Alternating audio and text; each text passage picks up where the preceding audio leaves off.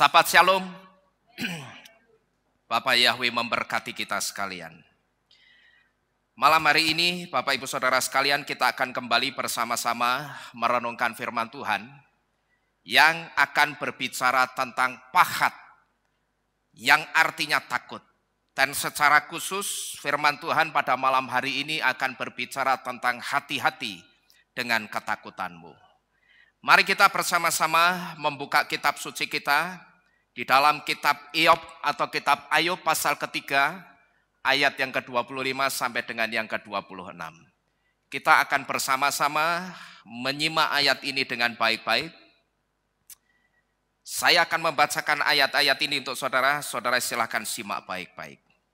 Sebab hal mengerikan yang aku takutkan telah menimpaku, dan yang aku takutkan telah mendatangiku. Aku tidak mendapat ketenteraman, aku juga tidak mendapat peristirahatan. Aku juga tidak mendapat ketenangan, tetapi kekacauan yang datang. Sampai di sini kita membaca firman Tuhan, saudara. Nah, Bapak Ibu Saudara sekalian, kitab Ayub pasal ketiga ini adalah pasal yang secara khusus mencatat rintihan hati seorang Ayub. Di mana pada waktu itu seperti kita ketahui, Ayub itu diizinkan oleh Bapak Yahweh mengalami yang namanya pencobaan dari setan. Waktu itu kita tahu saudara, bahwa tidak hanya harta bendanya Ayub yang habis, tapi semua anak-anaknya Ayub itu diizinkan Tuhan mati.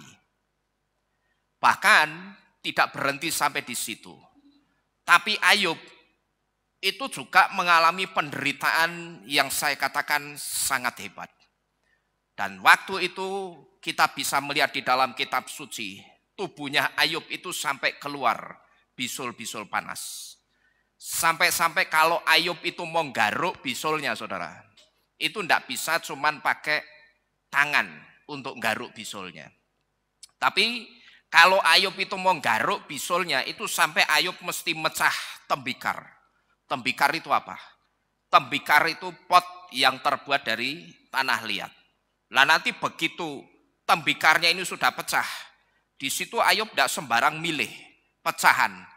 Tapi dia akan pilih yang paling tajam ujungnya, lalu dia ambil terus dia pakai untuk garuk-garuk. Karena apa?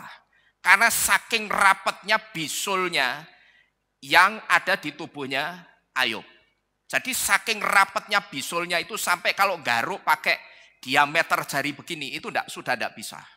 Maka Ayub mesti mecah satu tembikar, lalu dia akan kosek-kosek, dia pilih yang paling tajam ujungnya itu akan dia ambil untuk kemudian dia pakai untuk menggaruk. Gatal karena bisul-bisulnya itu. Jadi kalau kita perhatikan Bapak Ibu Saudara sekalian, iman Ayub pada waktu itu benar-benar diuji oleh Tuhan. Semuanya dihabisi, hanya tinggal Ayub dan istrinya. Nah tetapi Bapak Ibu Saudara sekalian, dari ratapan atau rintihan hati seorang Ayub ini, ada satu pelajaran penting yang bisa kita tarik di dalam kehidupan kita. Kenapa saya katakan, kalau kita renungkan, ini kan satu peristiwa yang tidak mengenakan. Tetapi saya katakan bahwa yang namanya pelajaran hidup itu tidak harus selalu datang dari peristiwa yang menyenangkan. Justru pelajaran hidup yang sesungguhnya itu datang dari peristiwa yang tidak membuat kita nyaman, yang membuat kita tidak enak, saudara. Kenapa saya katakan dari rintihan atau ratapan hati seorang Ayub ini, di situ ada pelajaran penting yang bisa kita tarik dalam kehidupan kita.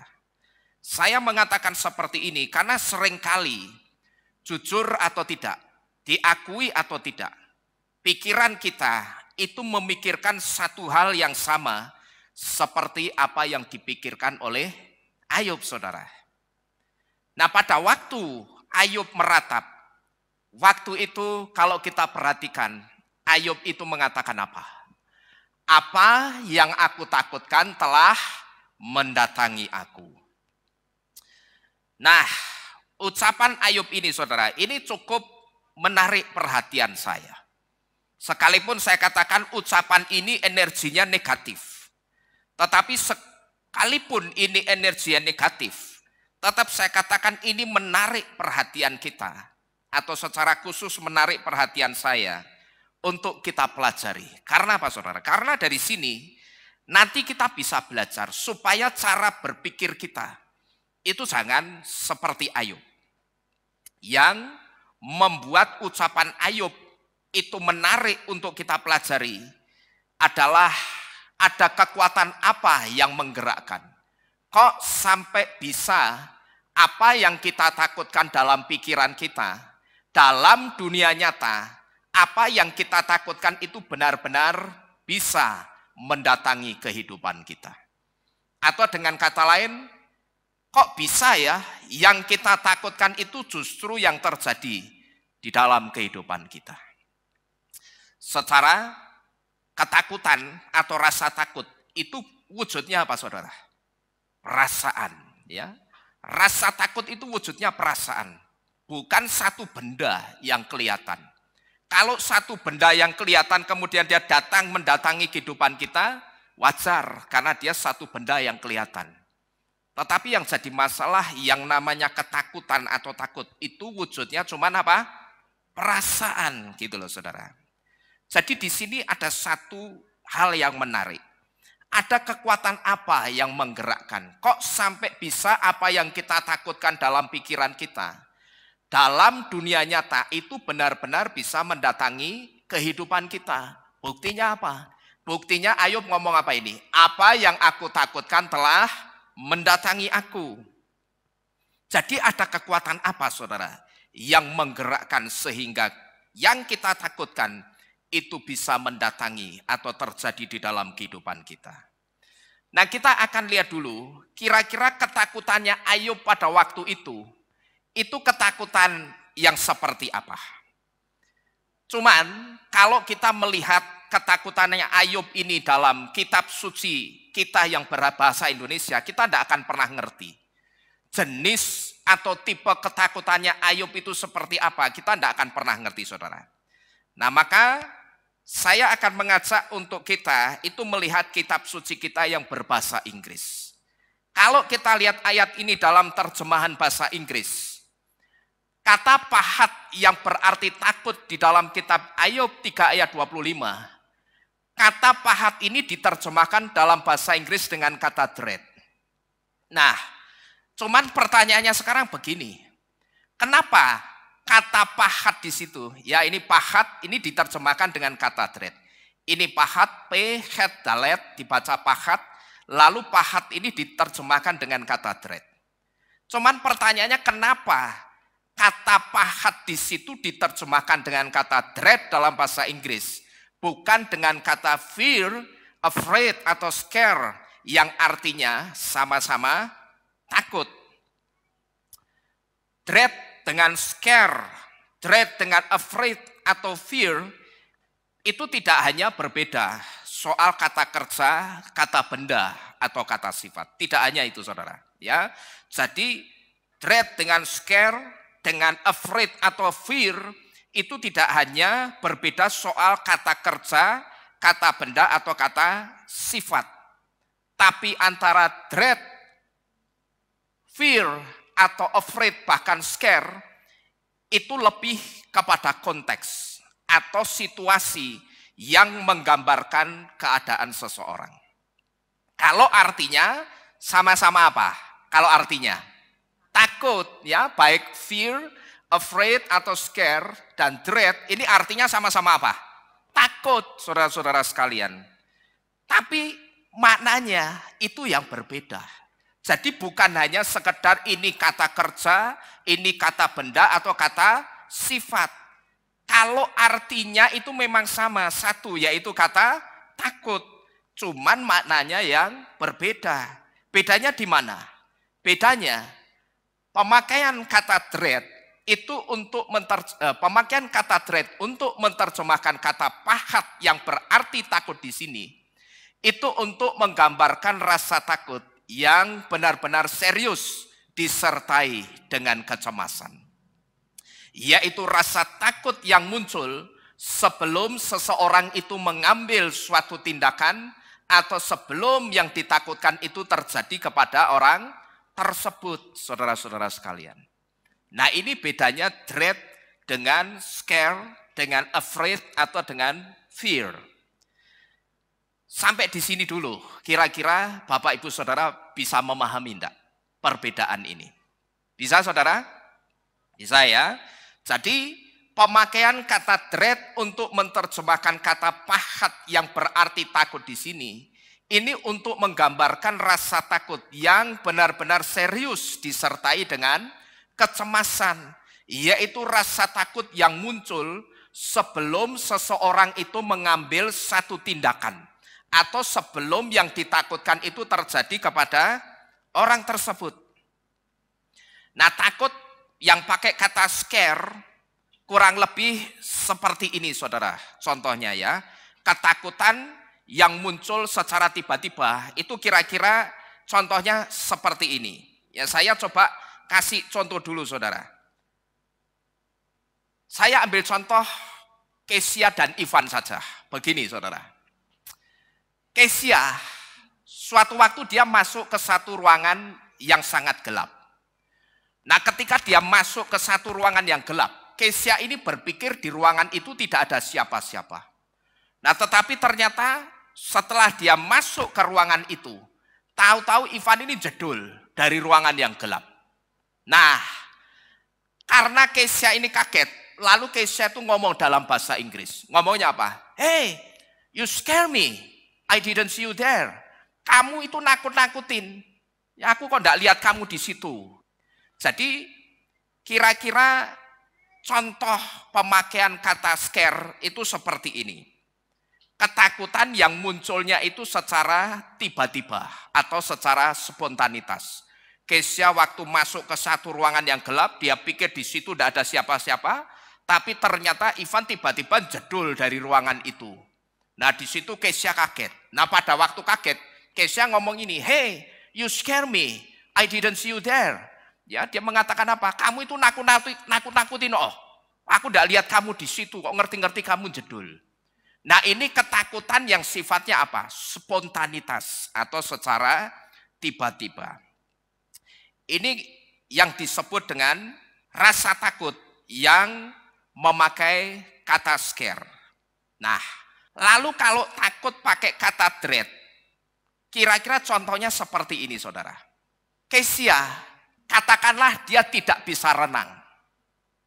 Nah, kenapa kok Kesia tidak bisa renang? Wong sudah gede. Karena ternyata setelah diselidiki, Kesia itu takut ketika dia ada di dalam air. Nah, kemudian ketika teman-temannya Kesia itu melihat Kesia cuman ada di pinggir kolam renang, teman-temannya Kesia itu terus manggil-manggil Kesia.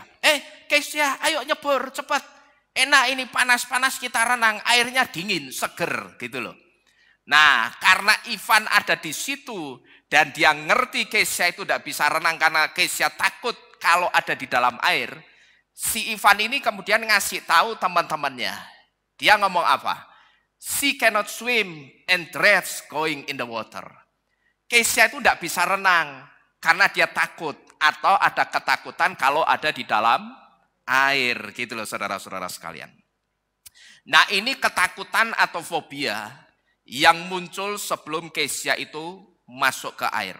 Jadi sudah kepikiran macam-macam sebelum masuk ke air. Bagaimana ya nanti kalau aku itu ada di dalam air? Terus kira-kira apa ya yang ada di dalam kolam renang itu, ada binatang apa saja ya? Jadi nanti gegek jangan-jangan pas aku renang kakiku ada yang narik, ada sing ngerayangi. Jadi pikirannya sudah macam-macam, saudara. Tapi Kesia saat itu sudah masuk kolam renang atau belum?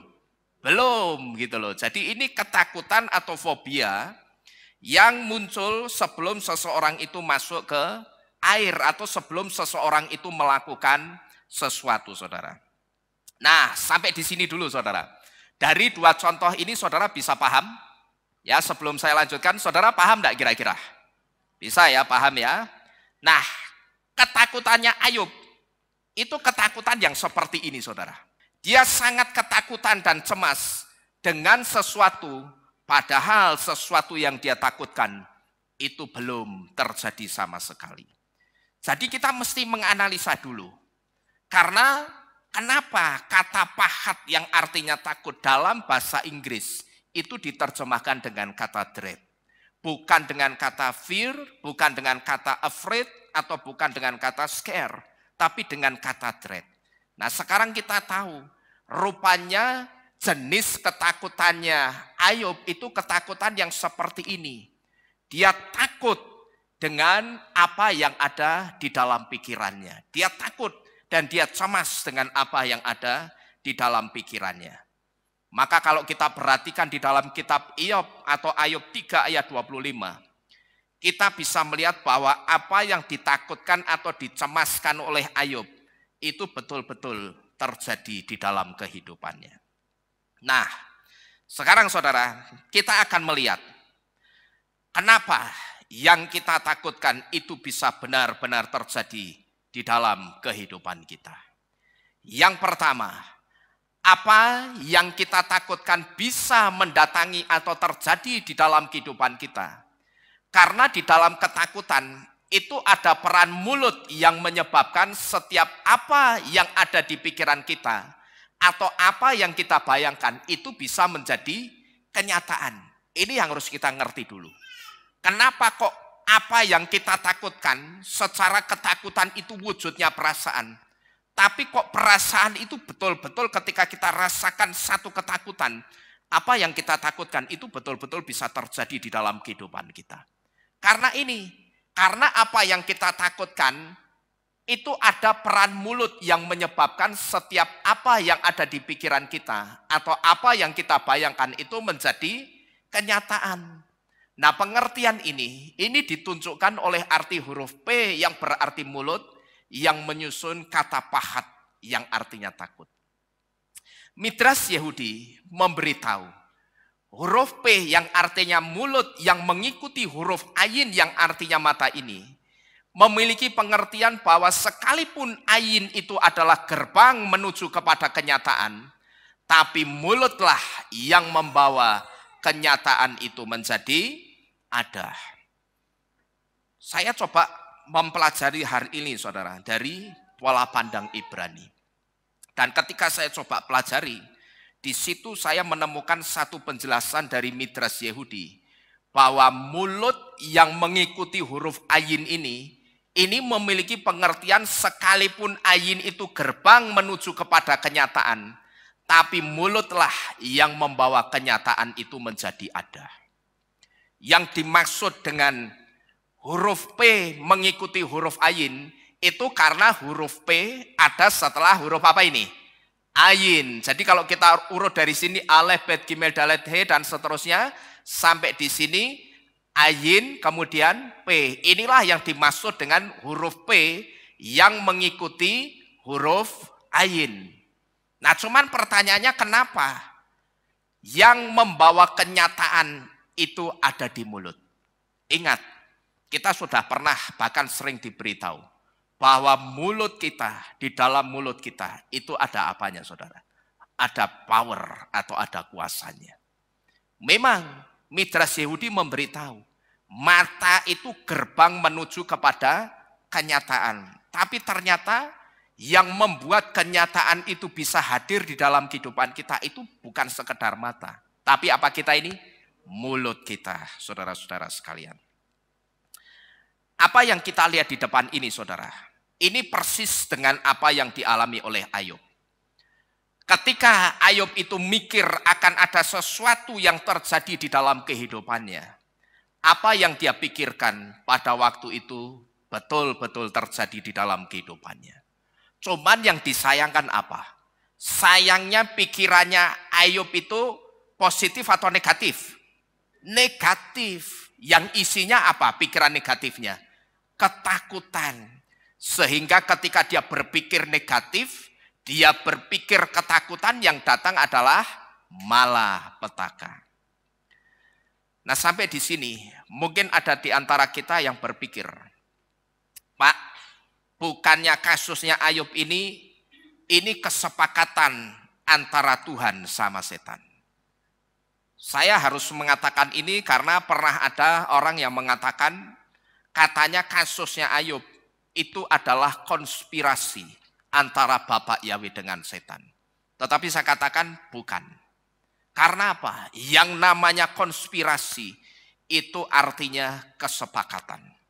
Sedangkan Bapak Yahweh itu tidak pernah berkonspirasi atau membuat kesepakatan dengan setan. Tapi Bapak Yahweh itu cuman ngapain?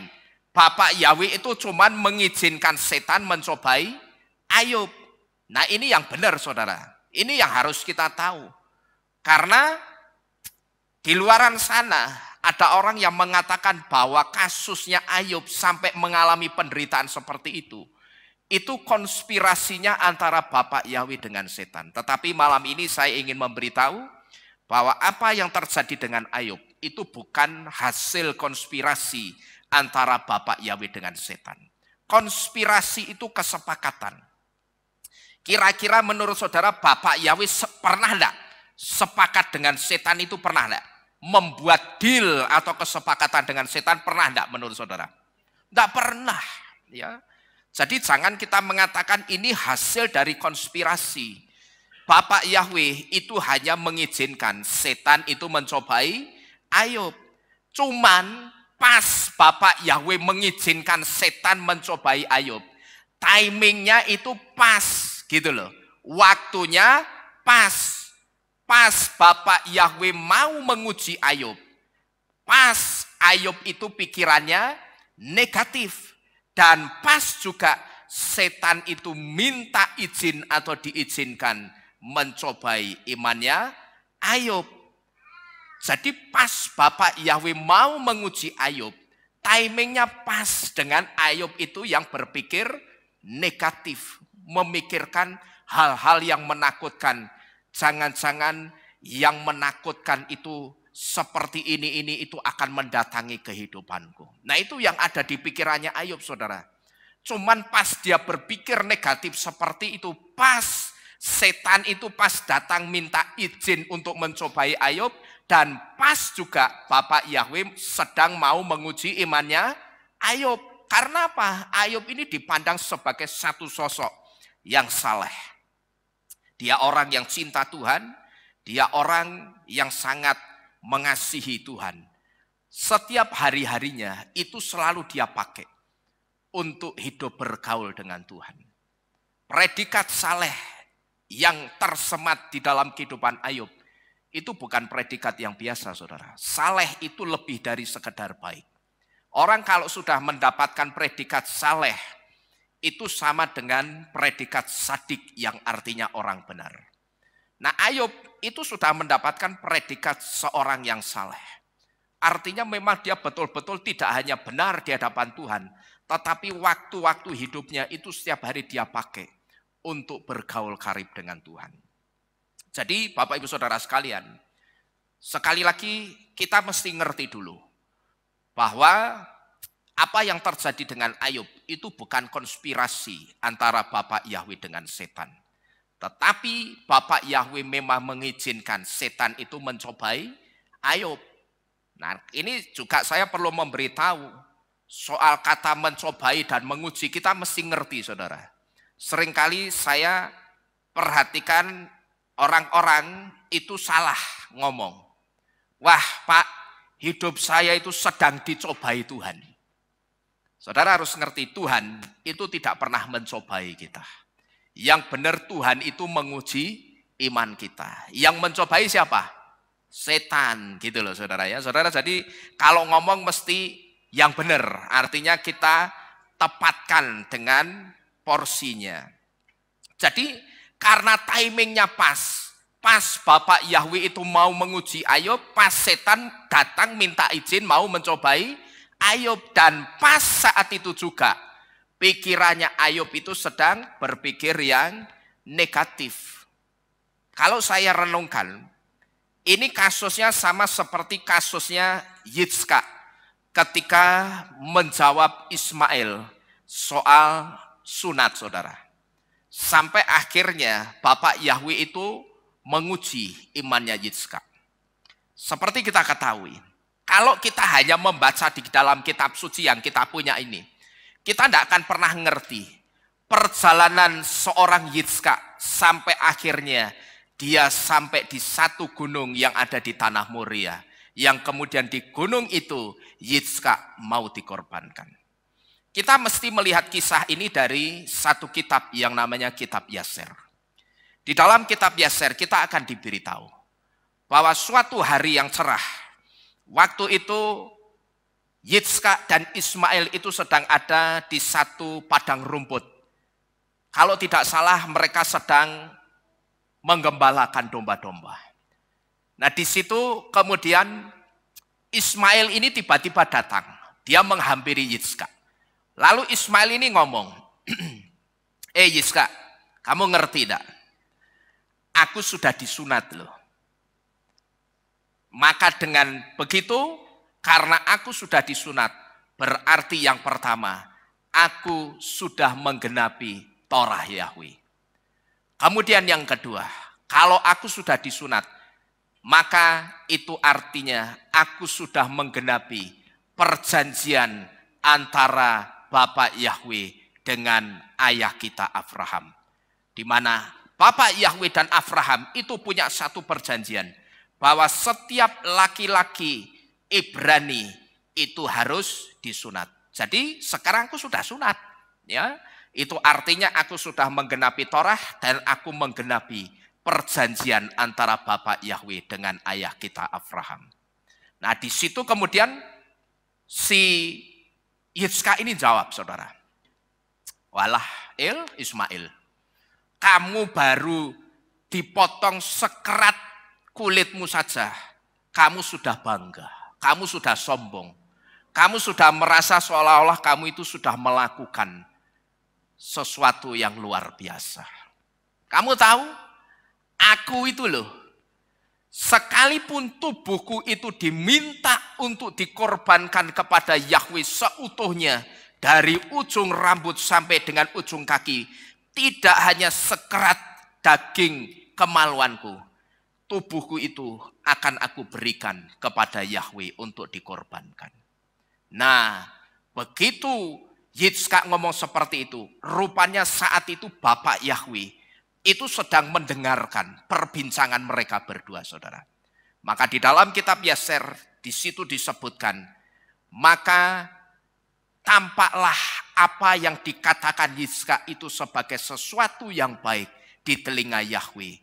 Dan Yahweh pun menguji iman Yitzhak. Jadi asal saudara tahu, perjalanan iman seorang Yitzhak itu tidak tiba-tiba langsung dibawa Abraham, jalan naik keledai, terus sampai di gunung di tanah Moria. Enggak. Itu melalui suatu ucapannya Yitzhak, di mana dia mengatakan, aku itu loh, mbok tubuhku itu diminta dari ujung rambut sampai ujung kaki, akan aku berikan semua kepada Yahweh, dan aku tidak akan pernah memberontak. Apa yang dikatakan Yitzhak ini, saudara, ini dipandang sebagai sesuatu yang baik di telinga Bapak Yahweh. Maka di situ Bapak Yahweh juga mau menguji Yitzhak. Dia mau menguji benar enggak ini, omongannya Yitzhak ini benar enggak, gitu loh. Jadi kalau kita perhatikan Bapak Ibu Saudara sekalian, kasusnya Ayub ini bukan konspirasi antara Bapak Yahweh dengan setan. Tapi ketika Bapak Yahweh izinkan setan mencobai, timingnya itu pas dengan ketika Ayub memikirkan apa yang menakutkan di dalam pikirannya. Maka Bapak Ibu Saudara sekalian, inilah kenapa kita itu sering diberitahu, jangan pernah kita itu jauh-jauh dari Bapak Yahweh. Jangan kita itu gampang lemah, jangan kita itu gampang lelah, jangan juga kita itu gampang malas ketika harus beribadah. Dan juga jangan gampang kita itu malas ketika melayani Tuhan. Karena apa? Perhatikan ini baik-baik. Karena seperti halnya mujizat yang datangnya tiba-tiba, pengujian itu juga tiba-tiba datangnya, saudara. Nah, cuman masalahnya kalau kita itu tidak dekat-dekat dengan Bapak Yahweh, saya katakan akan sangat sulit untuk kita itu bisa bertahan di dalam pengujian. Saudara perhatikan ini baik-baik. Kita lihat saja kasusnya Ayub. Pas Bapak Yahweh itu mau menguji Ayub, pas apa? Setan itu datang minta izin untuk mencobai Ayub. Dan saat itu juga pas pikirannya Ayub itu sedang ketakutan. Bagaimana ya kalau yang tidak baik itu terjadi di dalam kehidupanku? Nah, cuman untungnya Ayub itu punya kelebihan apa? Ayub itu orangnya saleh. Dia cinta Tuhan dan dia juga melayani Tuhan, saudara-saudara sekalian. Tapi kira-kira bagaimana kalau saat itu Ayub itu tidak memiliki kedekatan atau karib dengan Bapak Yahweh? Saya rasa akan sangat sulit bagi Ayub untuk menghadapi pengujian yang datang dari Tuhan pada saat itu. Jadi di tempat ini saya sering memberitahu, kita itu jangan pernah jauh-jauh dari Tuhan. Karena apa? Ketika kita jauh dari Tuhan, itu sama seperti ketika kita punya handphone, saudara. Ketika operator seluler saudara itu jauh dari yang namanya BTS atau pemancarnya, maka ketika ada orang telepon, dijawab sama mesinnya apa, saudara? Ya, nomor yang Anda tuju sedang di luar jangkauan, gitu loh. Nah, cuman yang jadi masalah kalau di luar jangkauannya itu terus-terusan. Bagaimana kira-kira? Nanti lama-lama Bapak Yahweh nelpon saudara, orang yang Anda telepon sudah mati. Piye jajal? Ya toh? Jadi hati-hati. Tidak ada orang yang bisa jauh-jauh dari Bapak Yahweh. Ya benar toh? Nomor kalau lama-lama ditelepon tidak bisa, terus apa nomornya? Hangus. Hangus kobong mati. Jangan juga kita itu jadi orang yang gampang lemah. Lelah, malas ketika harus beribadah, ketika harus melayani Bapak Yahweh. Saya saksikan sedikit, saudara. Ketika saya harus mempersiapkan firman untuk malam ini, saudara boleh tanya istri saya, bagaimana tantangan yang saya hadapi, saudara.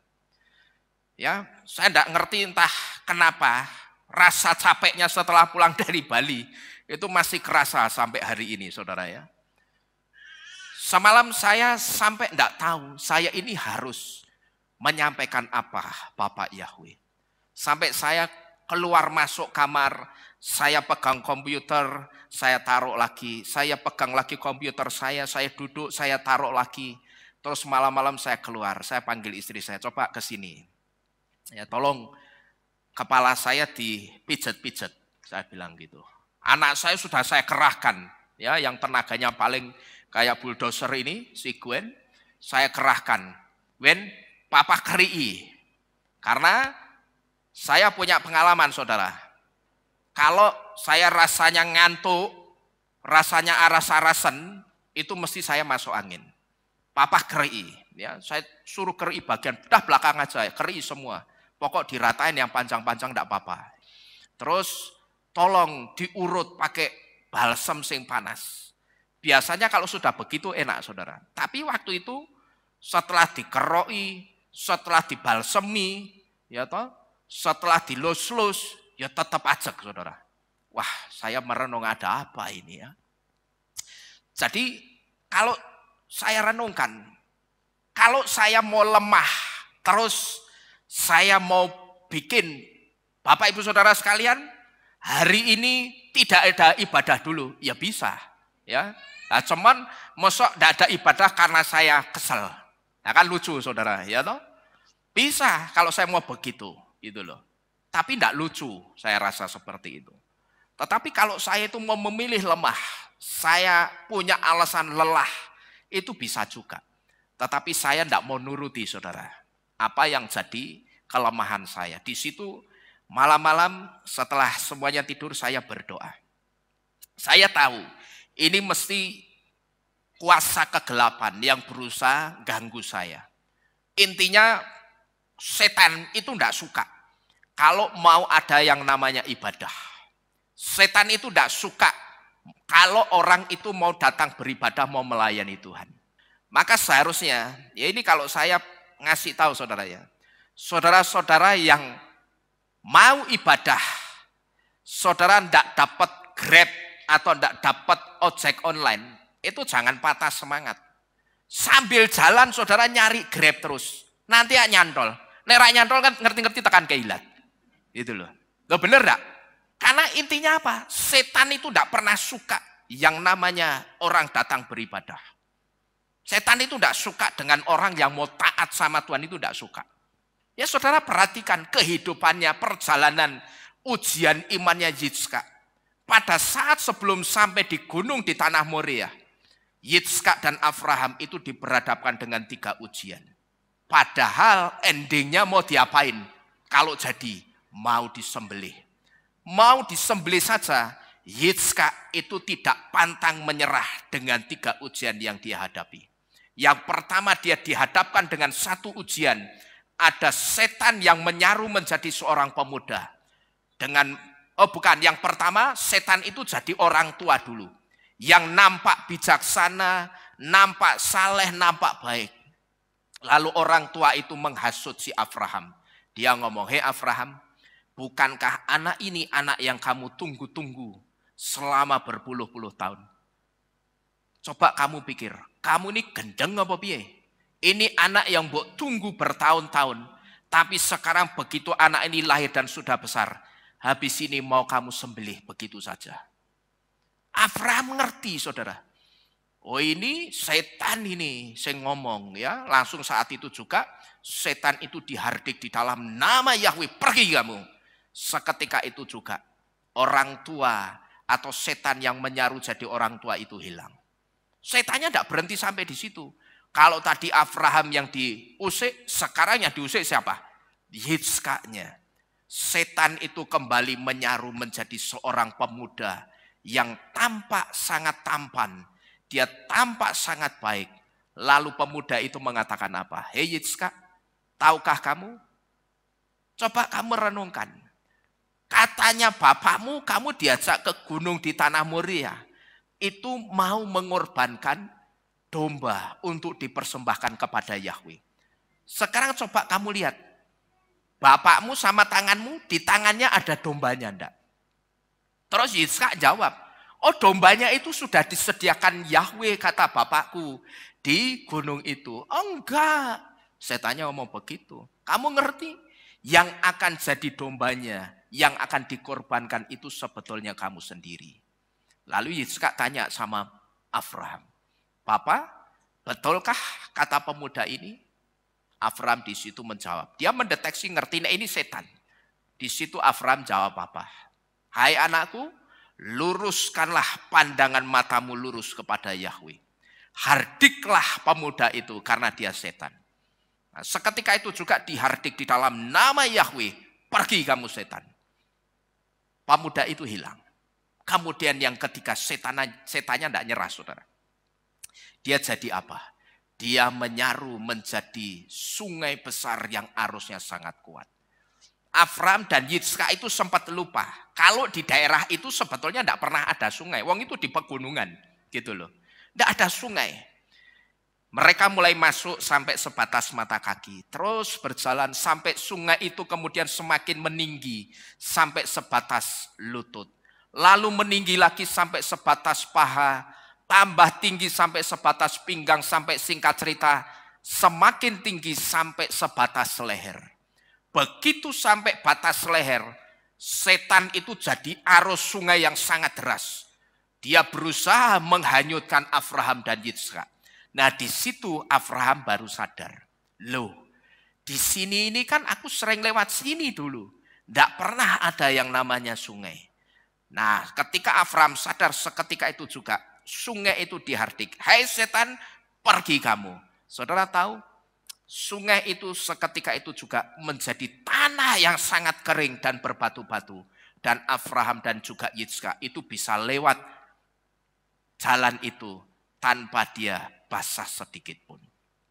Ya, itu perjalanannya siapa? Abraham dan Yitzhak mau apa? Taat. Padahal media pakai yang tadi, Yitzhaknya. Disembelih loh saudara. Nah saudara, tidak dapat Grab, mung pirang menit, wis menyerah. Nek saya tak lakoni jalan. Ya, jalan sambil saya terus cari Grab. Kenapa? Grab di situ tidak ada. Apakah kalau Grab di daerah saudara tidak ada, itu artinya di tempat lain juga tidak ada? Oh, belum tentu. Ya, karena mungkin jarang orang yang Grab yang jarang lewat di tempat saudara. Tapi kalau saudara jalan, kira-kira bisa dapat enggak saudara? Mesti dapat. Jadi jangan gampang nyerah. Ya wong kita belum disuruh mengorbankan anak kita kok. Anakmu ya sesuk gone kaila dibeleh ning kono. Bapak Yawi tidak pernah ngomong seperti itu. Bapak Yawi cuma minta kita setialah beribadah. Tapi sangat disayangkan begitu kita tidak mendapatkan kendaraan, banyak orang yang menyerah. Jadi coba tiru dan perhatikan baik-baik. Kita diberitahu seperti ini karena apa? Karena pengujian itu datangnya juga tiba-tiba. Nah kalau kita itu tidak dekat-dekat dengan Bapak Yahweh, akan sangat sulit untuk kita itu bertahan di dalam pengujian. Jangan sampai nanti kalau anaknya baru ada apa-apa, mulai setia beribadah. Ya, jangan sampai nanti kalau kita sudah ada apa-apa, sudah kejet-kejet ibadah langsung nggo apa, bribeni wong. Ya gitu toh. Malah ganggu orang lain ngasih ibadah ada kejet gini. Ya buat apa? Ini kan sama seperti halnya orang yang mengatakan apa? Pada saat masih muda disuruh melayani Tuhan, tapi tidak pernah mau. Tapi begitu sudah tua, jalannya toyak-toyuk, disenggol siting geledak, pakailah Tuhan di sisa hidupku ini. Lah kan gue apa? Ngono lho. Ya toh? Lah kowe nyanyi wis pating pletot. Ngadeg wis ora jejeg wis sikilmu wis gapuk. Lah meh buat melayani untuk apa? Gitu loh. Jadi aser kesuwen sithik ya paling lingkuh maneh. Malah jangan-jangan dia yang disambut tamunya ketimbang asernya yang nyambut tamunya. Aser kan harusnya ngapain? Nyambut jemaat Tuhan. Ya bisa-bisa nek wis tuwek-tuwek sing nyambut siapanya? Tamunya sing nyalami mbah, pripun kabare mbah, kan begitu. Ya toh, ora kanggo gawe. Jadi jangan sampai setelah terjadi apa-apa dengan kita, baru kita dekat-dekat Tuhan. Itu gondias itu model iman seperti itu, saudara. Ngerti tidak, saudara? Ya, iman yang pada saat sehat tidak pernah mau datang ibadah, nek dikongkon ibadah alasannya macam-macam, ya toh. Tapi kalau pergi ke mall, pergi kemana-mana, wah semerindil gitu loh. Cepat banget kakinya. Kalau melayani juga begitu. Kangelan. Ya toh. Tapi nanti begitu sudah sekarat, tinggal limangguat, pakailah Tuhan di sisa hidupku ini. Ya wis, gue ganjelawang. Jadi jangan macam-macam saudara. Karena setiap kita itu suatu saat akan pulang ke rumah Bapa kita. Tinggal kita itu sekarang bagaimana? Kita itu mau bawa oleh-oleh seperti apa? Yesua ketika dia datang nanti dia cuma mau tanya satu hal. Adakah iman di bumi ini? Ya. Adakah iman di dalam hatimu kepadaku? Apakah kamu sungguh-sungguh mengasihi aku ketika kamu masih sehat? Kalau orang mengasihi Bapak Yahweh sudah dalam keadaan sekarat, keadaan lumpuh, ya percuma, buat apa? Hari Rison besok, kalau Tuhan tetap izinkan saya datang, saya akan mengunjungi satu orang. Yang kalau menurut penuturan orang tersebut, beliau ini adalah orang yang tadinya tinggal di Semarang, kemudian beliau menikah lagi dengan seseorang yang ada di luar Jawa, kemudian dia balik lagi ke kota Semarang ini. Tapi yang membuat saya bertekad untuk tetap mendatangi beliau adalah kondisi beliau. Dia adalah seseorang yang ada kelemahan tubuh. Dia stroke, dia sulit untuk berjalan, tetapi dia sangat rindu, Pak, saya pengen dibaptis pembaruan. Ya, saya tetap akan layani beliau, saudara. Dia sudah mengatakan, Pak, kalau Bapak datang ke rumah saya tidak bisa dijangkau pakai mobil. Bapak harus pakai motor. Sudah, itu gampang nanti ya. Kita mau parkir mobil di mana, kita jalan. Nanti saya berencana mau ajak juga pelayan Tuhan di tempat ini. Kita akan kunjungi ibu tersebut supaya beliau ini dikuatkan. karena ada orang-orang yang memperhatikan beliau. Ya, jadi hari Rison besok saya ajak pelayan-pelayan Tuhan di tempat ini untuk kita datang ke rumah beliau. Amin. Saudara mau? Ya, kita datangi ibu ini, saudara. Orang ini kondisinya dia ceritakan, tapi saya lumpuh, Pak. Saya stroke. Saya lumpuh itu karena stroke. Tapi saya sangat kepingin saya bisa dibaptis pembaruan. Saya pasti akan baptis ibu. Jadi ini yang pertama, Bapak Ibu Saudara sekalian. Kenapa? Apa yang kita takutkan itu bisa mendatangi kehidupan kita. Lalu yang kedua, apa yang kita takutkan bisa mendatangi atau terjadi di dalam kehidupan kita. Itu karena ketika kita takut, sebetulnya kita itu sedang membuat pagar pemisah antara kita dengan Bapa Yahweh yang menaungi kehidupan kita dengan perlindungannya. Sehingga ketika pagar perlindungan itu terbuka, apa yang kita takutkan akan mendatangi dan masuk dalam kehidupan kita. Nah, di sini saudara perlu tahu bahwa pengertian ini datang dari huruf het yang memiliki arti fence atau pagar. Het itu juga memiliki arti separation yang artinya pemisahan. Dan huruf het itu adalah satu huruf yang memiliki konstruksi khusus. Di mana huruf het itu terbentuk dari dua huruf Ibrani, yaitu huruf waw dan huruf sayin yang dihubungkan dengan garis penghubung berbentuk segitiga yang disebut dengan chatoteret. Huruf waw dan sayin ini adalah simbol kita sebagai manusia. Karena apa? Waw itu simbol laki-laki dan sayin itu simbol perempuan. Karena waw simbol laki-laki dan sayin perempuan. Dan chatoteret adalah simbol pihak ketiga yang menaungi kita, yaitu tidak lain adalah Bapa Yahweh. Huruf het ini saudara, ini digambarkan sebagai kupah atau kanupi perkawinan orang Yahudi. Karena huruf het itu seperti kupah, ini huruf het ya. Kalau saudara lihat pada saat perkawinannya Hana kemarin, di sini ada yang namanya apa? Ada yang namanya kupah. Nah, huruf het itu adalah simbol dari kupah. Kupah itu apa? Kupah itu kanopi perkawinannya orang-orang Yahudi. Kalau sekarang ini di zaman modern ini saudara sering melihat ada pesta perkawinan outdoor di taman. Lalu di situ ada kanopinya. Itu sebetulnya niru konsepnya perkawinannya orang Yahudi. Di mana orang-orang Yahudi ketika mereka melangsungkan seremoni perkawinan mereka, itu selalu ada yang namanya kupah.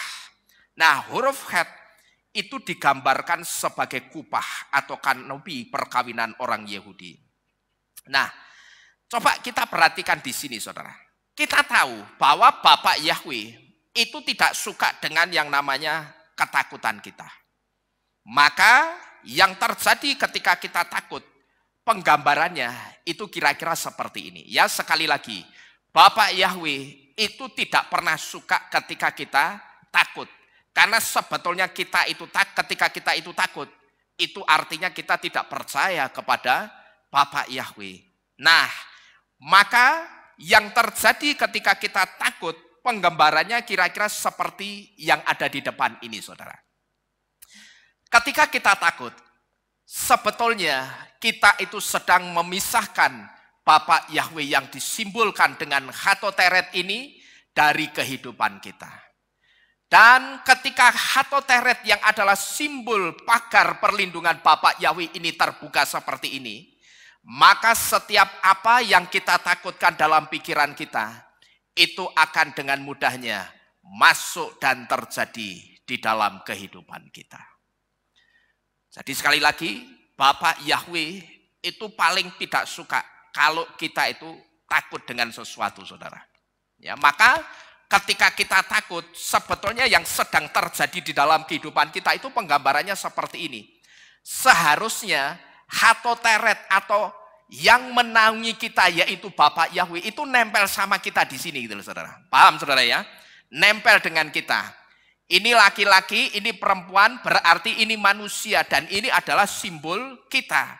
Jadi huruf het utuh itu sebetulnya simbol kita.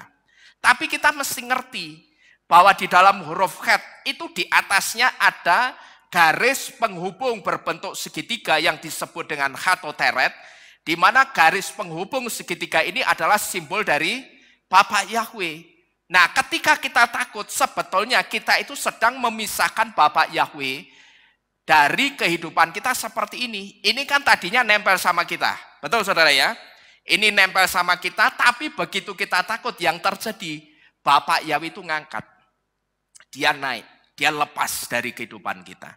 Nah, otomatis ketika tudung perlindungan Bapak Yahweh itu lepas dari kita, maka di sini ada yang namanya celah untuk ketakutan atau energi negatif itu masuk di dalam kehidupan kita. Jadi inilah kenapa ketika kita itu takut, apa yang kita takutkan itu bisa mendatangi kehidupan kita. Karena ternyata ketakutan itu membuka pagar perlindungan Tuhan. Sehingga setiap apa yang kita takutkan dan khawatirkan, dia punya celah untuk masuk di dalam kehidupan kita. Nah, Bapak Ibu Saudara sekalian, jujur atau tidak, saudara akui atau tidak, saudara yang sudah sempat menerima barangnya anti Hamasyah, satu alasan kuat itu pasti karena saudara takut. Ya, entah itu saudara takut tidak bisa kerja, saudara takut tidak bisa sekolah, saudara takut kalau sakit penyakit itu nanti akan menggerogoti tubuh saudara. Saya di tempat ini saudara, banyak mendengar ucapan seperti ini. Pak Nino itu nolak barang itu. Lah apa dia itu tidak lihat? Wong Pak Nino itu sampai kehilangan ibunya. Yang katanya diagnosa dokter ibunya itu meninggal karena si copet. Ngerti saudara copet? Apa itu? Ya. Jadi wong Pak Nino itu pada lihat ibunya saja sampai meninggal, yang katanya meninggalnya itu karena si copet. Gitu loh. Saya katakan orang ini mikirnya salah. Seharusnya berpikirnya jangan Pak Nino itu kok menolak barangnya si anti Hamasyah dienjus, dimasukkan dalam tubuhnya. Wong dia saja kehilangan ibunya karena si copet itu. Seharusnya mikirnya jangan seperti itu. Tapi buatlah satu pertanyaan. Pak Nino ini kenapa ya? Wong ibunya saja katanya meninggal karena si copet itu katanya, ya. Tapi kok Pak Nino sendiri tidak menerima barangnya si anti Hamasyah. Kalau saudara bertanyanya dengan pertanyaan yang pertama, ya saudara bukan bertanya tapi saudara menyatakan, wong ibunya saja meninggal karena copet kok menolak barang itu. Maka yang akan saudara tangkap itu adalah sebuah ketakutan, gitu loh. Nah, karena saudara ketakutan, saudara akan menerima. Lah itu coba lihat, wong ibunya Pak Nino saja itu katanya meninggalnya karena si copet. Nah, karena ketakutan saudara akhirnya apa? Menerima barang itu.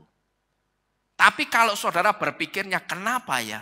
Katanya ibunya meninggal karena si copet, tapi kok Pak Nino bersikeras tidak mau menerima barangnya si anti Hamasyah. Kalau saudara mikirnya seperti itu, saudara tidak akan pernah menangkap ketakutan di situ. Asal saudara tahu, ketika saya diisolasi, di rumah sakit saya sendirian, yang kalau manggil suster itu butuh waktu bermenit-menit baru datang. Terkadang 5-10 menit suster itu baru datang. Karena memang katanya suster yang menangani kasus itu tidak dikasih banyak jumlahnya. Karena sangat beresiko. Waktu itu saudara, intimidasinya setan, wow itu begitu mengerikan. Saya katakan tidak setiap hari saya diintimidasi. Tapi hampir setiap jam saya itu diintimidasi. Tidak diintimidasi, itu hanya kalau saya tidur. Saya hampir setiap jam, setiap menit, setiap setengah jam, itu diintimidasi. Sama apa? Nanti tiba-tiba Ada orang yang teriak-teriak, suster, suster, sakit. Gitu. Terus setelah susternya nangani orang itu, dia ke kamar saya. Bapak manggil saya. Iya, sus, saya minta tolong. Saya minta air minum. Oke, Pak. Terus setelah diantar air minumnya, suster ini nanya, Pak, Bapak enggak jenuh di sini? Ya jenuh, tapi mau bagaimana lagi? Gitu. Pak, takut enggak, Pak? Oh tidak, saya bilang gitu. Tapi jujur ya suster, hampir setiap jam saya itu diintimidasi setan. Maka saudara tahu, hampir setiap jam juga saya itu mesti peperangan di dalam kamar saya. Saya nyanyi, saya teriak-teriak memuji Bapak Yahweh. Di situ saya terus peperangan roh. Karena setan itu apa? Terus kasih tanam pikiran-pikiran yang menakutkan. Ngerti tidak? Penyakit ini penyakit yang menakutkan. Kamu lihat yang mati itu jumlahnya sudah ribuan. Ibumu sendiri itu juga mati karena penyakit ini. Saudara ngerti? Itu intimidasinya setiap hari loh. Dan itu terjadi setiap setengah jam. Maka di dalam itu selalu berdoa, saya memuji Tuhan, saya teriak-teriak. Saya sering nengking kuasa kegelapan yang berusaha intimidasi saya. Dan itu saya perhatikan. Orang-orang yang percaya Bapak Yahweh itu juga mengalami intimidasi yang sama. Ya cuman entah kenapa mungkin perlawanannya berbeda. Sehingga orang itu sampai dibawa dalam satu pemandangan alam roh. Dia melihat suster, katanya suster itu nyekoi obat, memaksa dia, harus kamu terima barang ini, harus kamu terima suntikan ini. Gitu loh. Kamu dicekoi obat sampai obat itu katanya dalam pemandangan alam itu dijejel-jejel ke di mulutnya. Itu intimidasinya saudara. Sekarang dari sini saja, kesaksian-kesaksian ini. Ini yang bersaksi tidak hanya saya dan orang itu juga orang yang percaya Bapak Yahweh. Tapi tidak perlu saya sebut siapa namanya. Yang bersaksi itu tidak hanya 1, 2, 3 orang. Tapi ratusan ribuan orang yang bersaksi menyaksikan hal yang sama. Bahkan kalau saudara nonton YouTube, saya tidak tahu saudara pernah nonton atau tidak. Ada satu orang yang dia cuma sendirian ada di ruangan isolasi yang sangat panjang. Tiba-tiba CCTV-nya itu menangkap sosok setan lewat persis di depannya. Dan itu jelas wujudnya perempuan. Tapi itu hanya sekelebat bayangan yang jelas. Lewat begitu. Iya. Ya. Jadi dari intimidasi dan kesaksian-kesaksian intimidasi ini saudara. Kita seharusnya ngerti. Bahwa penyakit ini buatannya si anti-Hamasyah. Kalau penyakitnya buatannya si anti-Hamasyah, penangkalnya pasti juga buatannya si anti-Hamasyah. Jadi jangan saudara macam-macam. Ya, saya tidak peduli sekalipun ketika saya menyampaikan ini, ada orang yang marah dan tidak mau beribadah di sini lagi. Ya, tidak masalah. 1, 2 orang tidak mau beribadah di sini karena saya menyampaikan hal ini. Saya masih punya tanggungan. Saudara-saudara sekalian yang harus saya kasih tahu kebenaran. Ya, tidak jadi masalah. Saya cuma berdoa, Bapak Yahweh, terima kasih Engkau sudah mengganti 20 jiwa yang baru, yang benar-benar takut sama Tuhan datang ke tempat ini. Ya, 2 itu mewakili 20 orang yang baru. Jadi Bapak Ibu Saudara sekalian, saudara kasih perhatian ini baik-baik. Saya sudah memberitahu, jangan saudara takut. Kedepannya saya sudah memberitahu, anti-Hamasyah itu sudah menyiapkan mesin pembunuh lainnya. Dan saya sudah memberitahu apa saja itu penyakitnya. Dan saya sudah memberitahu, jangan coba-coba saudara terima barang itu. Kalau yang kemarin saya sebut saudara menerima sekalipun saudara tahu itu satu kesalahan. Tapi karena saudara ikut euforianya, saya berharap saudara tetap akan dideteksi Bapak Yahweh saudara tidak tahu. Sehingga Bapak Yahweh berkenan memberikan pengampunan. Tapi kalau untuk yang berikutnya saudara tetap bersikeras menerima dengan alasan ketakutan apapun saudara tidak bisa kerja, tidak bisa sekolah. Mohon maaf, dengan tegas juga saya harus mengatakan, tidak akan ada lagi pengampunan buat saudara. Ya, jadi saya sudah memberitahu, jangan dibilang saya tidak memberitahu. Dulu pun saya juga sudah memberitahu. Jadi Bapak Ibu Saudara sekalian, jangan takut. Saya cuma berpegang kepada satu prinsip iman saya. Bapak Yahweh itu Tuhan yang sangat dahsyat dan luar biasa kuasanya. Amin. Yahweh itu Tuhan yang dahsyat kuasanya. Masa orang-orang percayanya Bapak Yahweh tidak akan dilindungi? Saya percaya ada perlindungan Tuhan buat saudara dan saya. Ya, pokok saudara itu tinggal setia. Saudara mengasihi Bapak Yahweh. Ya, saya percaya perlindungan itu mesti ada buat kita. Tidak usah takut. Roh Kudus masih ada di dunia ini. Dan dialah yang akan menolong saudara dan saya. Ketika kita dipersulit, ruang gerak kita dipersempit. Roh Kuduslah yang nanti akan membuka jalan buat kita. Ya, saya sudah menyaksikan berkali-kali. Yang terakhir ketika saya ke Bali. Saya, Pak Hok dan Pak Dar itu buta. Bagaimana nanti nyebrang itu bagaimana. Sedangkan dari Semarang kami bertiga sudah tahu. Ya, kami bertiga sudah ngerti bahwa akan diminta syarat barangnya anti Hamasyah. Surat dari barangnya anti Hamasyah. Cuman saya bersyukurnya apa saudara? Saya punya rekan seperjalanan Pak Hok dan Pak Dar yang imannya sama dengan saya. Artinya imannya sama-sama kuat. Ya, saya sempat dengar yang pertama dari Pak Daryono. Pak Daryono ini istri dan anaknya masih muslim saudara. Ketika beliau mau berangkat ke Bali, istrinya sempat bertanya, "Apa kowe iki iso mlebu? Wong kowe rak dinjus." Pak Dar cuma mengatakan apa? Iso-iso, engko Bapak Yahweh carane. Ya kan? Lalu Pak Hok sama adiknya yang paling bontot, saya ngerti sendiri karena dalam perjalanan menuju ke Ketapang sudah sampai di mana Pak Hok waktu itu ya? Daerah Probolinggo lah, Probolinggo ke sana. Sampai di hutan-hutan sing sini kethek tok itu apa jenenge? Ya pokok daerah situ ya, sing sini kethek-kethek itu. Sempat minta tolong sama adiknya Pak Hok untuk dipesankan tiket kapal buat nyebrang. Begitu KTP ini difoto, jebret-jebret orang tiga difoto, dikirim ke adiknya. Kohok, tak iso. Ki malah tulisannya penumpang bermasalah. Ya, bayangkan isinya tulisannya malah penumpang bermasalah. Saya ditunjukkan saudara. Ya sudah, kita orang bermasalah ora popo. Karena apa? Kita tidak menerima barang itu dianggapnya bermasalah saudara. Ya enggak masalah, enggak jadi masalah, cuma dianggap. Yang penting kan kita bukan orang yang bermasalah benar. Kita kan bukan buronan, ya toh. Kita terus jalan. Wes, berarti ini tanda yang terakhir kita harus mengandalkan Bapak Yahweh. Ya, sampai di sana beli tiket. Ya Pak, sudah saya bikinkan, sudah dienjus yang ketiga ya Pak ya. Apakah saya minta? Saya tidak minta saudara. Saya cuma mengatakan begini, di loket yang pertama, Pak, saya mau beli tiket nyebrang.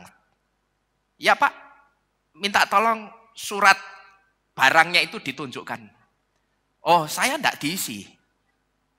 Loh, ya sudah aplikasi, enggak ada semua. Wah, enggak berani Pak, karena terakhir ini sangat ketat. Bapak punya kenalan sekalipun, enggak akan bisa masuk. Oh, durung ngerti kenalanku. Ya toh? Kenalanku Bapak Yahweh. Saya dalam hati cuma ngomong begitu. Kamu belum tahu kenalan saya ya. Terus waktu itu saya masuk mobil. Saya di situ sambil melihat handphone saya berdoa, Bapak Yahweh, tolong kami bertiga, buka jalan kami, buat kami bisa nyebrang.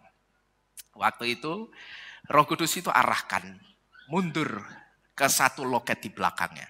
Loketnya jelek saudara, cuman emplek-emplek biasa begitu. Ya. Di situ saya langsung datang, Mas, saya mau nyebrang, mau beli tiket, tapi saya ndak mau dicolok dan saya belum diisi barang itu. Bisa ndak? Saya bilang gitu. Oh bisa Pak, nanti saya buatkan Bapak sudah diisi yang ketiga. Ya sudah silahkan. Apakah saya minta saudara? Enggak. Saya beli? Enggak. Kamu jual, saya yang beli. Paham saudara? Ya, dia yang jual, bukan saya yang mau beli. Tapi karena dia jual, saya beli. Oke, berapa? Normalnya sekian Pak, saya tambahin nanti enggak apa-apa. Ya silakan Pak, mau nambahi berapa?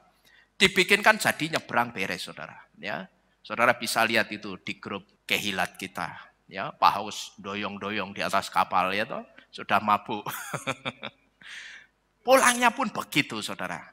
Mampir ke satu kios dulu belum bisa, lalu di kios kedua Bapak Yahweh tunjukkan. Ya, kita ketemu dengan artis Kiki Syaputri, yang kemudian Kiki Syaputri ini yang membuatkan tiket buat kita. Bisa Pak, enggak apa-apa. Malah lebih murah, cuman 195.000. Kita nyebrang, kita pulang sampai Semarang dengan selamat. Harusnya begitu. Kalau saudara teriak-teriak, Yahweh dahsyat, Yahweh luar biasa, ya kudune ngono dipraktekke. Yahweh dahsyat, Yahweh luar biasa. Suratnya kanggo apa? Ya, ora ana hebate begitu. Ya. Saudara bisa masuk kemana-mana, tapi mesti dititit dulu. Wah, ya ora hebat. Terus hebatnya Bapak Yahweh itu di mana, saudara? Enggak kelihatan.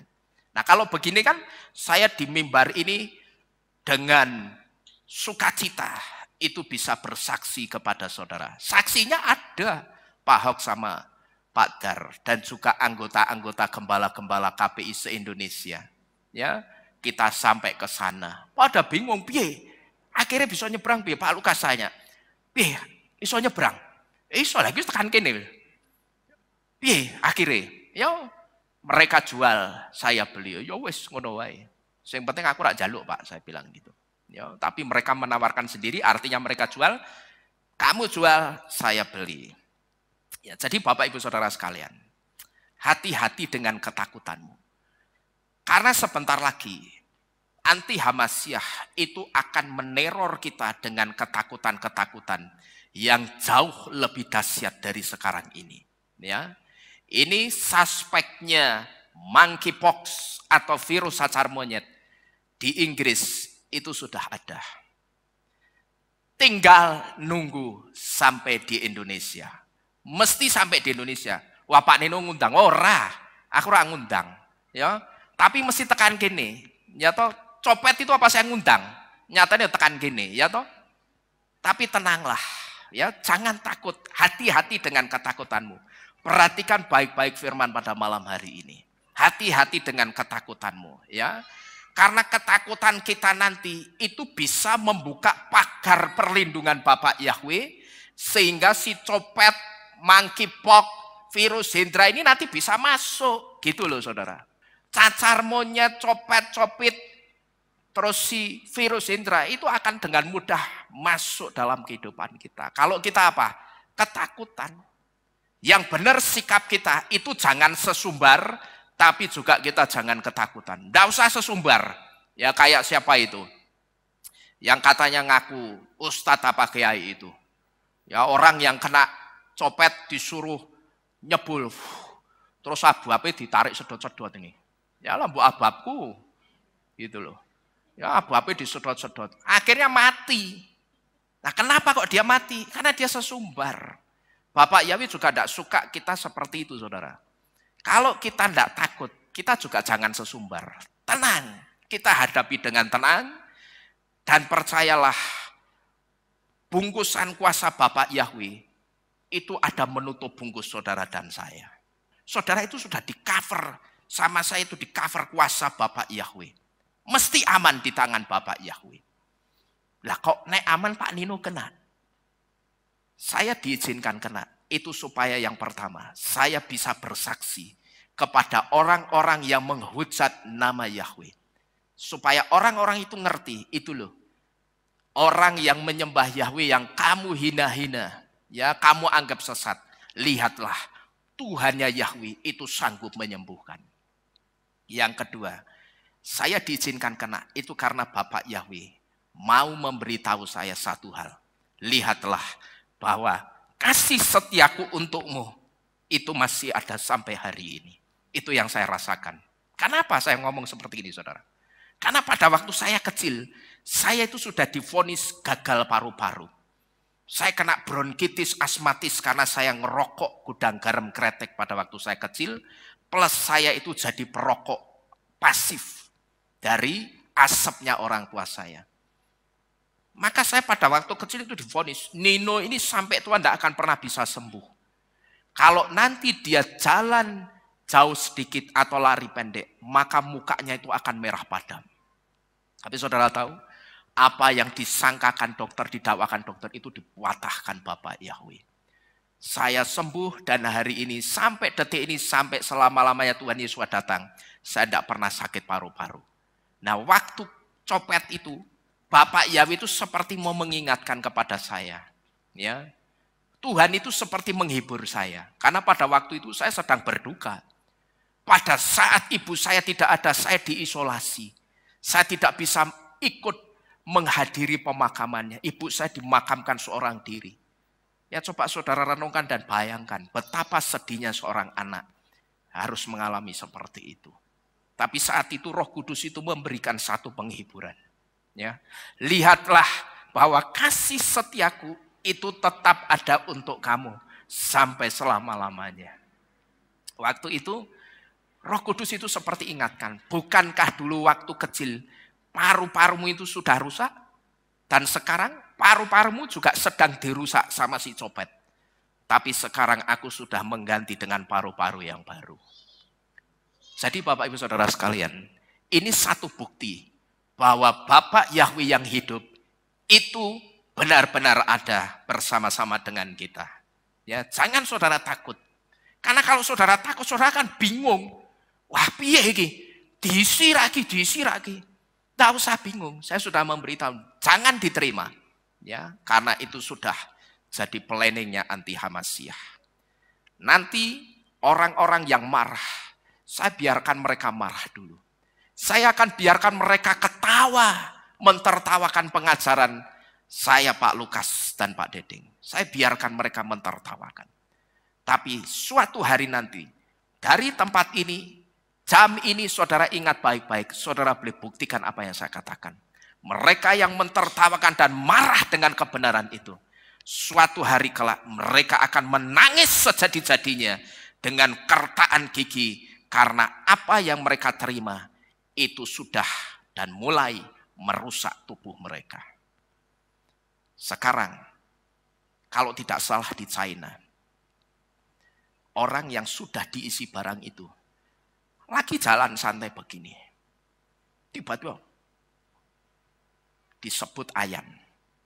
Kalau ayan, orang kena ayan, itu harus kalau kambuh, kalau deket-deket apa? Nah ayan, deket air sama api. Itu di jalan raya, orang sedang jalan begini, nyebrang, tiba-tiba kulebiak, jatuh. Itu kalau tidak salah, di negeri itu, di negara itu, sinyal 5G-nya sudah berjalan. Kalau sekarang saudara, saya mau gonta-ganti HP, yang sinyal 5G, saya aman. Gitu loh. Saya aman, saya mau ganti HP yang sudah 5G, bukan 4G lagi, aman. Karena apa? Begitu sinyal itu dinyalakan, itu tidak akan berimbas, tidak akan kena ke tubuh saya. Karena tubuh saya tidak diisi. Tapi yang kasihan nanti orang-orang yang sudah diisi. Karena begitu sinyal itu dinyalakan, tidak bisa dengan 4G. Karena 4G sinyalnya masih mental-mentul, masih lemah.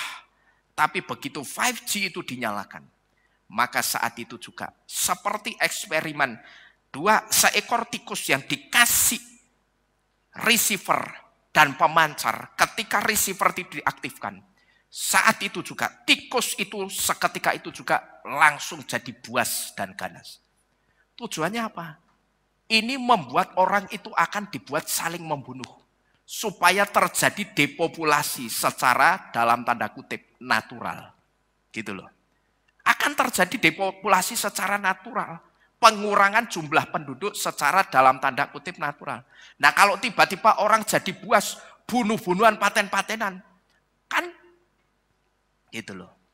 Jadi ini kita harus ngerti saudara. Ya, saudara jangan menganggap saya itu menakut-nakuti. Tidak. Saya Pak Lukas, Pak Dedeng, itu sama seperti halnya Yehosua dan Kaleb. Yosua dan Kaleb. Yosua dan Kaleb itu diutus Moses sebagai apa? Pengintai. Dia bersama 10 orang lainnya mengintai tanah Kanaan. Waktu itu Moses pesan apa? Intailah tanah itu. Katakan kepada kami seperti apa penduduknya. Bagaimana karakteristik orangnya. Dan bagaimana tanah di negeri itu. Beritahukanlah kepada kami. Sebetulnya ketika 10 pengintai itu mengatakan keberadaan Kanaan yang sesungguhnya, salah enggak saudara, saya tanya? Salah enggak? Ketika 10 pengintai mengatakan keberadaan Kanaan, penduduknya besar-besar seperti raksasa, sehingga kami seperti belalang di mata mereka. Penduduknya itu makan orang, kanibal. Lalu yang 10 orang ini ngomong sama Mose, Mose penduduknya seperti ini. Terus disampaikan juga ke jemaat, orang-orang Israel. Salah enggak sebetulnya 10 orang ini? Enggak salah. Karena memang Mose pesannya seperti itu. Beritahukanlah kepada kami seperti apa penduduknya, bagaimana penduduknya, dan seperti apa tanahnya, subur atau enggak. Enggak salah, cuman kesalahan mereka tidak seperti Yehosua dan Kaleb. Mereka tidak kemudian membebat jantung hatinya orang-orang Israel dengan memberikan kekuatan. Jangan kamu takut, karena Yahweh berjalan di depan kita. Itu kesalahannya 10 pengintai. Mereka hanya menyampaikan berita aslinya tanah Kanaan seperti apa, tapi mereka sendiri pada waktu menyampaikan berita itu juga dengan ketakutan. Dan roh ketakutannya itu membuat atau transfer kepada orang-orang Israel. Tapi Yehosua dan Kaleb, dia pengintai yang bagus. Dia sampaikan juga kepada Mose dan orang-orang Israel. Orang-orangnya seperti ini. Memang betul mereka makan orang. Tapi percayalah bahwa Bapa Yahweh itu yang akan berjalan di depan kita. Maka di tempat ini pun saya juga melakukan yang sama. Seperti apa yang dilakukan Yehosua dan Kaleb. Saya harus menjadi seorang pengintai. Saya harus mengintai apa yang terjadi di dunia ini. Harus saya katakan kepada saudara. Yang terakhir yang saya terima, Presiden kita, Bapak Joko Widodo, ketika beliau menghadiri satu acara, saya lupa acaranya KTT atau acara apa. Di situ beliau berjumpa dengan kepala-kepala negara. Lalu terjadi satu perbincangan. Waktu itu Pak Jokowi mengatakan, dia bertanya, sebetulnya negara-negara ini mau dibawa kemana? Apa yang akan terjadi dengan dunia ini? Dunia ini mau dibawa kemana? Lalu ada seseorang yang menjawab, Mr. Presiden, Pak Jokowi, tahun ini akan menjadi tahun yang sulit bagi dunia ini. Saya tidak tahu apakah ini video lama atau video baru. Kalau ini video baru, berarti tahun ini yang dimaksud adalah tahun 2022. Mr. Presiden, tahun 2022 ini, tahun ini akan menjadi tahun yang sangat sulit bagi dunia. Dan tahun depan itu akan menjadi tahun yang sangat gelap bagi negara-negara. Saya mau tanya sekarang, apa yang dinubuatkan Torah bahwa tidak ada pertanda yang baik untuk tahun-tahun dunia ini di waktu yang akan datang, terjadi tidak sekarang saudara? Terjadi. Ya, terjadi. Ini keluar dari mulut presiden kita, Bapak Joko Widodo. Jadi jangan macam-macam sama Torah. Torah itu sudah menubuatkan ini barangnya anti Hamasyah, ini penangkalnya juga barangnya si anti Hamasyah. Jangan sampai kita melawan saudara-saudara sekalian. Ikuti saja. Gerakan Torah itu mau membawa kita kemana, kita ikuti saja. Karena selama pengajaran itu datang dari Sion, pengajaran itu pasti akan memberikan petunjuk keselamatan untuk kita. Ya, percayalah, Torah itu hanya datang dari satu tempat, yaitu dari Sion. Jadi Bapak Ibu Saudara sekalian, jangan saudara takut percayalah, sekalipun bagi orang dunia, tahun ini adalah tahun yang sulit dan tahun depan akan menjadi tahun yang gelap. Tetapi khusus bagi saudara dan saya, anak-anak Bapa Yahweh, tahun ini adalah tahun yang penuh dengan keberhasilan dalam kehidupan kita. Tahun depan, cahaya kemuliaan Bapa Yahweh itu akan menyinari terang jalan-jalan kehidupan kita. Amin. Sehingga kalau cahaya kemuliaan itu menyinari kehidupan kita, tidak ada yang namanya kegelapan. Saudara dan saya itu orang-orang yang percaya Yesus ada. Jawab sing tegas. Percaya enggak? Sekarang saudara perhatikan baik-baik. Yesus sudah ngomong apa? Akulah terang dunia. Siapa yang berjalan di dalamku, sekali-kali dia tidak akan berjalan di dalam kegelapan. Amin. Dunia katanya tahun depan apa tadi? Gelap. Tapi saudara dan saya, kita akan berjalan dalam terang Bapa Yahweh dan Yesus. Amin. Percayalah, jadi jangan ketakutan. Ya, kalau saya sudah memberi jangan ketakutan, mulai sekarang katakan tidak untuk barangnya anti Hamasya. Mau saudara? Amin. Ya, katakan tidak untuk barang itu. Kemudian yang ketiga, apa yang kita takutkan bisa mendatangi atau terjadi di dalam kehidupan kita. Karena ketakutan adalah bagian dari cara hidup yang tentunya yang dimaksud adalah cara hidup yang salah yang akan menutup pintu pertolongan Bapa Yahweh. Sehingga ketika pintu pertolongan itu tertutup, tidak ada lagi yang bisa menghalau setiap ketakutan yang membayang-bayangi kehidupan kita. Kalau kita perhatikan, pengertian ini datang dari huruf P yang memiliki arti part atau bagian. Lalu pengertian ini juga datang dari arti huruf Het yang memiliki arti miracle atau keajaiban yang berbicara tentang pertolongan Bapa Yahweh. Arti ini juga datang dari huruf Dalet yang memiliki arti door, lead, a way of life, yaitu pintu, tutup, dan cara hidup. Kalau kita perhatikan, arti ini langsung datang dari 3 huruf Ibrani. Nah, ini artinya ada sisi paralel antara huruf P, Het, dan huruf Dalet yang ada di sini. Kalau pintu pertolongannya Tuhan itu masih buka, artinya masih ada pertolongannya Bapa Yahweh.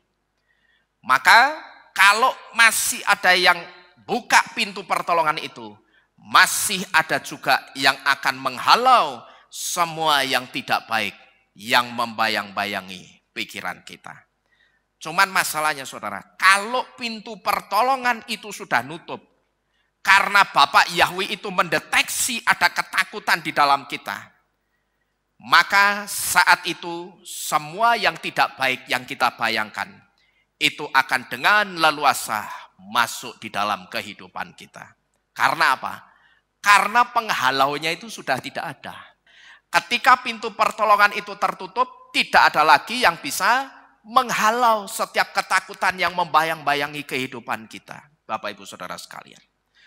Jadi inilah yang dimaksud Ayub. Bahwa ketika dia takut, apa yang dia takutkan mendatangi kehidupannya. Tadi di depan kita diberikan satu caption. Sebetulnya yang dimaksud Ayub itu apa sih? Ketika dia mengatakan apa yang aku takutkan, itulah yang mendatangi aku. Jadi inilah yang dimaksud saudara. Ketika Ayub mengatakan apa yang aku takutkan itu mendatangi aku. Karena apa? Ketika Ayub takut, itu ternyata ketakutan adalah bagian dari cara hidup yang salah. Yang akan menutup pintu pertolongannya Bapa Yahweh. Begitu pintu itu tertutup, sekarang sudah tidak ada lagi. Yang bisa menghalau setiap pikiran-pikiran ketakutan yang membayang-bayangi di pikiran kita. Masih di huruf Dalet. Huruf Dalet juga berasal dari kata dalah yang artinya depleted atau habis. Dan Dalet itu juga berasal dari kata dalut yang artinya poor atau impoverished, yang artinya miskin atau memiskinkan.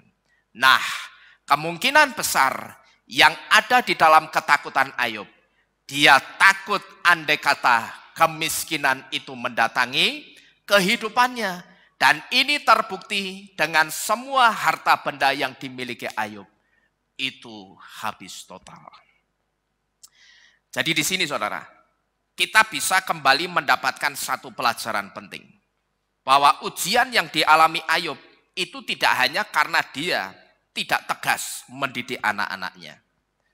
Waktu itu saya pernah memberitahu dulu ya. Orang seringkali mengatakan bahwa Ayub diizinkan mengalami pencobaan seperti itu karena diizinkan Tuhan. Salah.